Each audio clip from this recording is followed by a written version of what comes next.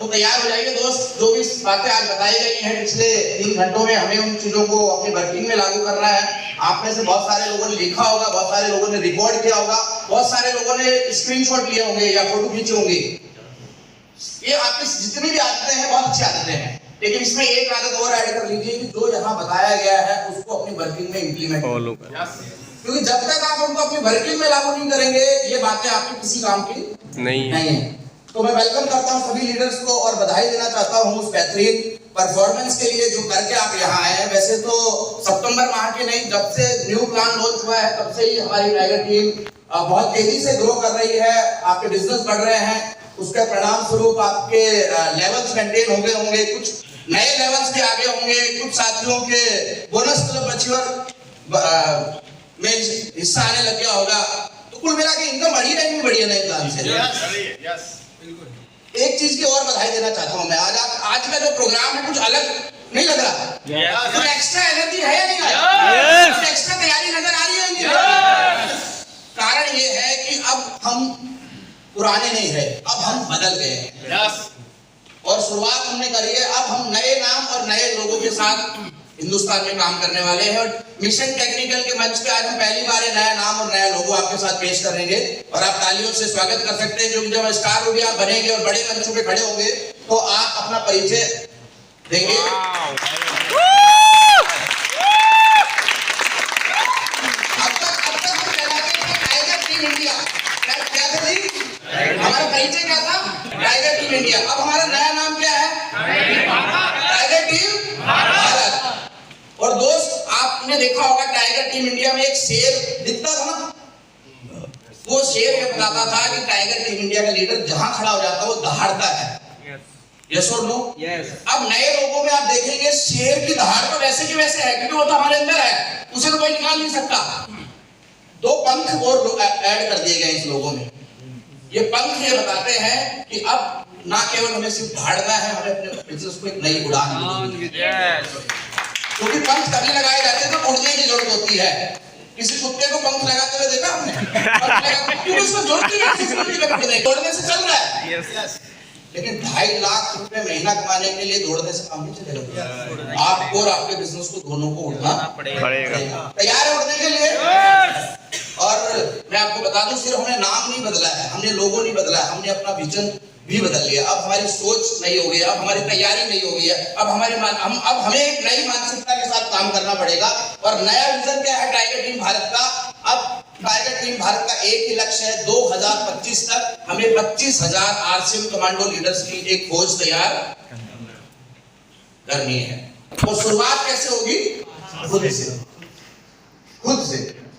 जैसे ही आप अपने बात बना लेंगे, आप कमांडो से क्या बन जाएंगे? जिस सर के भाषा में कमांडर। एक नियत, अगर आपका इंटेंशन सही है और आपकी टेक्निक सही है तो फिर कोई भी लक्ष्य आपके लिए बड़ा नहीं रह जाता। और ये इतना बड़ा लक्ष्य हम अगले 27 महीने में इसलिए पूरा कर पाएंगे क्योंकि हमारे पास आरसीएम कमांडो लीडर तैयार करने की राइट टेक्निक भी आ गई है, राइट टेक्नोलॉजी भी आ गई है। और उससे भी बड़ी बात, मास्टरमाइंड ग्रुप और गुरुदेव के अगुवाई में ये टीम एक सच्ची नियत के साथ काम कर रही है, जिसका एक ही मकसद है कि हिंदुस्तान में टाइगर टीम भारत के साथ जुड़े हुए एक साथी को हमें डायमंड के लेवल में मिलेगा। जब हम इस बड़ी और अच्छी इंटेंशन के साथ काम करेंगे तो क्यों नहीं होगा? आज कितनी सारी बड़ी कंपनियां हिंदुस्तान में, एक बाबा ऐसे करते करते 0 से 1 लाख करोड़ की पतंजलि को खड़ी कर देता है, लेकिन किसको फायदा हुआ उससे? सिर्फ बाबा को। क्यों नहीं उसने कोई ऐसा विचार रखा जो दुनिया बदल सके, जो हिंदुस्तान को बदल सके? टीसी छाबड़ा जी के दिमाग में ये विचार क्यों आया नए भारत का निर्माण? क्योंकि उनकी जो इंटेंशन है ना, वो ये चाहते हैं कि 1 लाख करोड़ का आरसीएम बिजनेस बने, लेकिन वो ये भी चाहते हैं कि वो 1 लाख करोड़ में से 50,000 करोड़ आप और मेरे जैसे लाखों लोगों के घरों तक पहुंचे, तब जाकर बहुत बड़ा विजन है, बहुत बड़ा लक्ष्य है, बहुत बड़ी तैयारी हमें इसके लिए करनी पड़ेगी। आप सोच के देखिए, टेक्निक और इंटेंशन अगर मिल जाए तो क्या नहीं हो सकता। आज टेक्नोलॉजी इतनी अपग्रेड हो गई है, आज का अगर इंजीनियर साल पहले, उस जमाने में कोई टेक्नोलॉजी नहीं थी, कोई टेक्निक नहीं थी उनको बनाने के लिए, लेकिन बनाने वाले के इंटेंशन क्लियर थी कि मैं एक ऐसी चीज का आविष्कार करूंगा, निर्माण करूंगा जो अगले कई सौ सालों तक लोगों की भलाई के काम आए। यस और नो? यस। तो दोस्त, अब हमारे पास एक से एक बेहतरीन टेक्नोलॉजी आ गई है अपने टीम में डायमंड क्लब और कमांडो लीडर्स तैयार करने की, और उसके पीछे अगर हम सच्ची नीयत के साथ काम करेंगे तो ये लक्ष्य पूरा होगा या नहीं होगा? बिल्कुल। Yes. आपने कल्पना की, आपने कोई आंकड़ा लगाया, थोड़ा एग्जांपल आपसे यहाँ सुन रहे हैं, कुछ अंदर भी जाने दे रहे हैं। इम्पोर्टेंट ये नहीं है कि आप कितनी जोर से यस बोलते हैं, इम्पोर्टेंट ये है कि कितनी बातें अंदर जाने देते हैं। आप अंदाजा लगा के देखिए, 25,000 कमांडो लीडर, जब हर साल कमांडो लीडर कौन है? एक नया डायमंड क्लब तैयार करने वाला हर 3 महीने में। तो जो पहला क्वार्टर आएगा 2026 का, उसमें हम 25,000 कितने हो जाएंगे? तो दूसरा क्वार्टर आएगा, उसमें कितने हो जाएंगे? 75। तीसरा क्वार्टर आते आते आप समझ सकते हैं कैलकुलेटर फेल हो जाएंगे दोस्त। लेकिन उसके लिए जो 27 महीने हैं, उसमें आपको अपनी स्पीड बढ़ानी पड़ेगी कि नहीं? इसी स्पीड से धीरे धीरे, जैसे सर ने बताया ना दिनेश जी ने, व्हाई वी आर लूजिंग, क्योंकि हमें कोई अर्जेंसी नहीं है, हमें लग रहा है कि बस बहुत साल पढ़े। कौन सा मैसेज, कौन सी किताब में आपने पढ़ लिया कि बहुत साल पढ़े? राइट। क्या गारंटी आप घर पहुंचेंगे? आप नो। बहुत सारे लोग घर नहीं पहुंचते ना। क्या वो ये सोच के निकले थे कि मैं घर नहीं पहुंचूंगा? दोस्त, थोड़ी अर्जेंसी दिखानी पड़ेगी। हमें नहीं मालूम हमारे पास कितना दिन है, अगर हम अर्जेंसी दिखा के खड़ा कर पाए तो हमारी पीढ़ियों को हमारे जाने के बाद फिक्र होगी, करने की जरूरत है क्या? है जी? एक नारा बहुत चला था मोदी जी के लिए, अब अच्छे दिन आ गए या अब अच्छे दिन आएंगे, सुना आपने? जितना ये नारा फेमस हुआ था, उतना ही इसके मीम्स भी फेमस हुए थे। सोशल मीडिया में लोगों ने विरोध किया था। वहीं से उठाया मैंने। एक जिराफ पे जेब्रा बैठा हुआ देख के बोला, भाई साहब अच्छे दिन नजर नहीं आ रहे। तो दोस्त, मुझे नहीं मालूम इसके अच्छे दिन आएंगे या नहीं आएंगे, लेकिन आसियन करने वालों के और स्पेशली टाइगर टीम भारत वालों के, और हमें इसके लिए बहुत एक्साइटेड होने की जरूरत है। बहुत सारे पॉइंट आज बताए सीनियर लीडर्स ने, हम इस पर ज्यादा बात नहीं करेंगे। 3 बड़े एक्साइटमेंट के कारण है मेरा। सबसे पहला, अब दुनिया के बुद्धिजीवी मानने लग गए हैं कि direct selling is the fastest growing industry of the world, और स्पेशली कोरोना के बाद जो स्पीड इस इंडस्ट्री ने पकड़ी है वो कमाल की है दोस्तों। आप सोच नहीं सकते, जहां पूरा दुनिया अर्थव्यवस्था, पूरी दुनिया की अर्थव्यवस्था मंदी से घिरी हुई है, वो देश जिनको पूरा वर्ल्ड फॉलो करता था, उनके हालात बहुत बुरे हैं दोस्त। यूरोप की बहुत सारी कंट्रियां, फ्रांस, जर्मनी, जापान, इंग्लैंड कंगाली के हाल पे पहुंच चुकी है। अमेरिका के बहुत बुरे हाल है। उस दौर में डायरेक्ट सेलिंग इंडस्ट्री बहुत तेजी से ग्रो कर रही है। हर इंडस्ट्री नीचे की ओर जा रही है। गाड़ियां बिकना कम हो गई हैं। टूरिज्म इंडस्ट्री डाउनफॉल पे है, आईटी इंडस्ट्री डाउनफॉल पे है, टेक्सटाइल इंडस्ट्री डाउनफॉल पे है। लेकिन एक ऐसी इंडस्ट्री जो दिन दुगनी रात चौगुनी तरक्की कर रही है, और वो कौन सी इंडस्ट्री है दोस्त? Direct selling. वो कौन सी इंडस्ट्री है दोस्त? Direct selling. हम कौन सी इंडस्ट्री में है? हमारे एक्साइटमेंट का विषय है या नहीं है? बहुत बड़ी बात है कि आप किस धंधे में हैं। जिस धंधे में उतर गए हैं, अगर उसका भविष्य सुनहरा है तो हमारा भविष्य सुनहरा होगा या नहीं होगा? You will grow with growing industry only. आप बढ़ते हुए इंडस्ट्री में बढ़ सकते हैं। किसी ने कहा था, आप बहते हुए पानी में दूर तक बह के जा सकते हैं। अगर बहते हुए पानी में गलती से पेड़ भी गिर जाता है तो सैकड़ों किलोमीटर तक बह के जाता है कि नहीं जाता? एक मुर्दा भी, अगर एक लाश भी गलती से नदी में गिर जाती है और बहते हुए पानी में जा रही है, तो सैकड़ों किलोमीटर तक वो लाश बह जाती है कि नहीं बह जाती? तो आप और हम तो जिंदा हैं, और अच्छी बात, हमें तैरना भी आता है, हमें डायमंड क्लब करना भी आता है, हमें डायमंड क्लब करवाना भी आता है। तो मजा आएगा नहीं आएगा? दूसरा, हम ना केवल एक अच्छी इंडस्ट्री में है, ग्रोइंग इंडस्ट्री में है, हम एक ऐसे देश में हैं जिसे पूरी दुनिया आज इस इंडस्ट्री के लिए आइडियल कंट्री मान रही है। सबसे बढ़िया स्थान, सबसे बढ़िया देश इस चीज को, इस इंडस्ट्री के लिए माना जा रहा है। और ये मैं नहीं बोल रहा, ये आंकड़े बोल रहे हैं। और किसी लीडर ने कहा था, 21वीं सदी में आपका बेटा झूठ बोल सकता है आपको, लेकिन आपका डेटा आपको झूठ नहीं बोल सकता। अभी दिनेश सर ने आपको बताया इंडस्ट्री किस तेजी से ग्रो कर रही है, अजीत सर ने आपको बताया इंडस्ट्री किस तेजी से ग्रो कर रही है।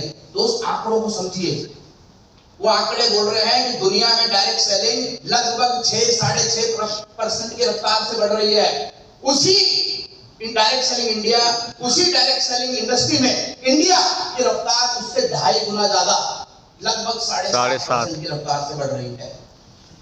और फिर मैं आपको बता रहा हूं, आंकड़े इस बात की गवाही दे रहे हैं। 2019-20 की रिपोर्ट के, वर्ल्ड डायरेक्ट सेलिंग फेडरेशन की रिपोर्ट के अनुसार हमारा नंबर था 127वां।